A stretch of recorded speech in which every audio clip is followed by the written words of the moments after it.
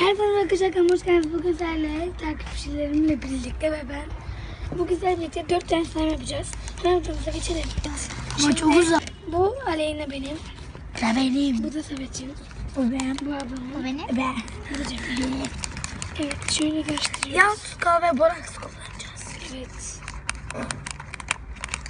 Çünkü başka bir yere. Boraks ben kaçıyorum. Evet ben daha göstereceğim. Ben kaç. Hadi ben de. Ben kendim burası şu bardak. Evet Arkadaşlar, ben ablam de- gitti hemen bir dakikalık için. Karıştırıyorum. Aferin. Tamam.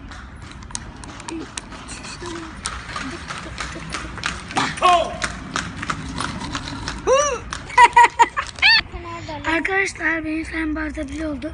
Siz evet sen de gösteriyorsun. oldu.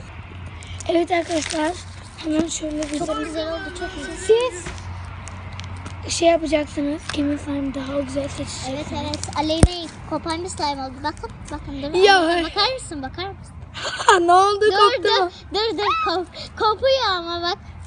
Haha öyle şeyler. Kopuyor. Yapmasın. Kopuyor. Bakın benimkisine. Dağlar. Çok güzel Ama- koptu. Hayır. Aleyna sen kopardın. Ya hay sen Bak, benim. bakın. Bakın. Bakın. Dağlara Arkadaşlar, bir kadar dakika. rüzgar var. Siz gerçekten karar verin. kimin Evet slime karar güzel. verin gerçekten arkadaşlar. Biz neden Hani, karar veriyoruz? hani Aleyna'yı sevdiğiniz için değil. Beni Evet. de seçebilirsiniz yani.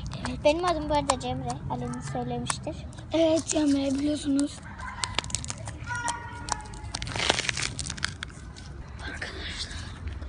Evet arkadaşlar kanalıma abone olmayı, like etmeyi, yorum etmeyi, görüşürüz.